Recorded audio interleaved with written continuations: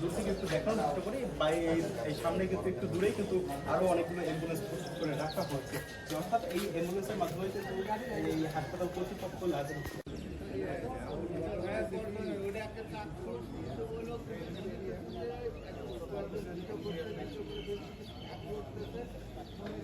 না না না আসলে আপনাদেরকে যদি আবার একটু জানিয়ে দিতে চাই যে রাজবাড়ী সদর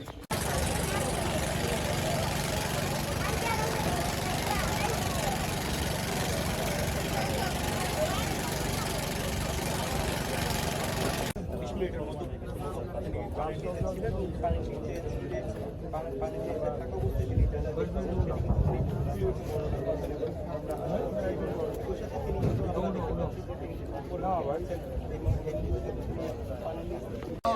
জন সমুদ্রে পরিণত হয়েছে।